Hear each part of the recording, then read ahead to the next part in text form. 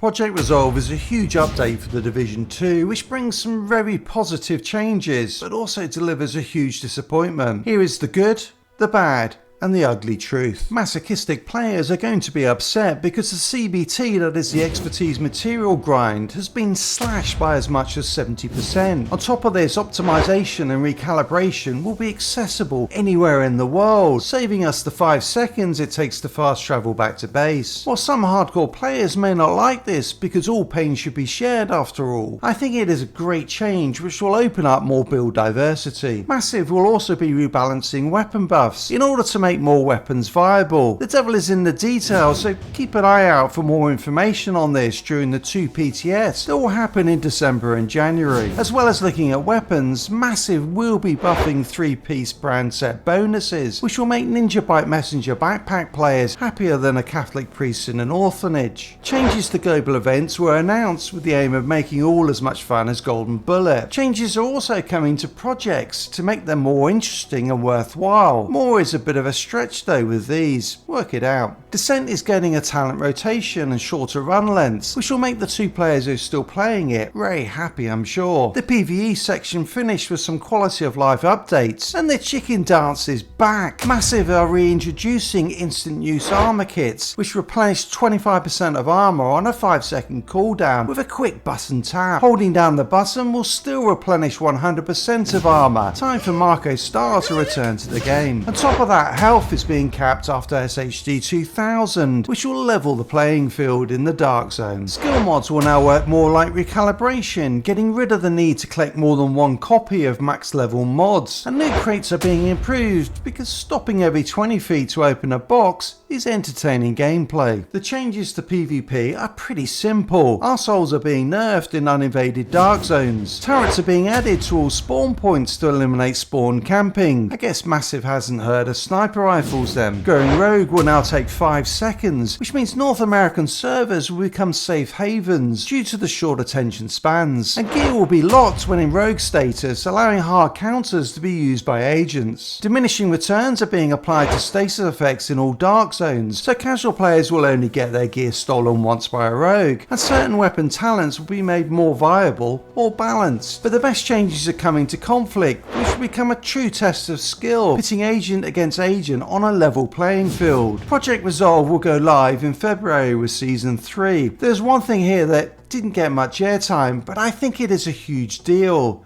The anti-cheat detection. The Dark Zone on PC has been ruined by hackers, making it often unplayable for normal players. I really hope that this is what Massive are targeting here. The Dark Zone embodies much of what makes the Division unique, so it needs to be available to all players. But now it's the time to address the meat in the shit sandwich. The rollout of Project Resolve will result in a delay to Seasons 2.0 and the Brooklyn DLC, which we now won't see until 2025.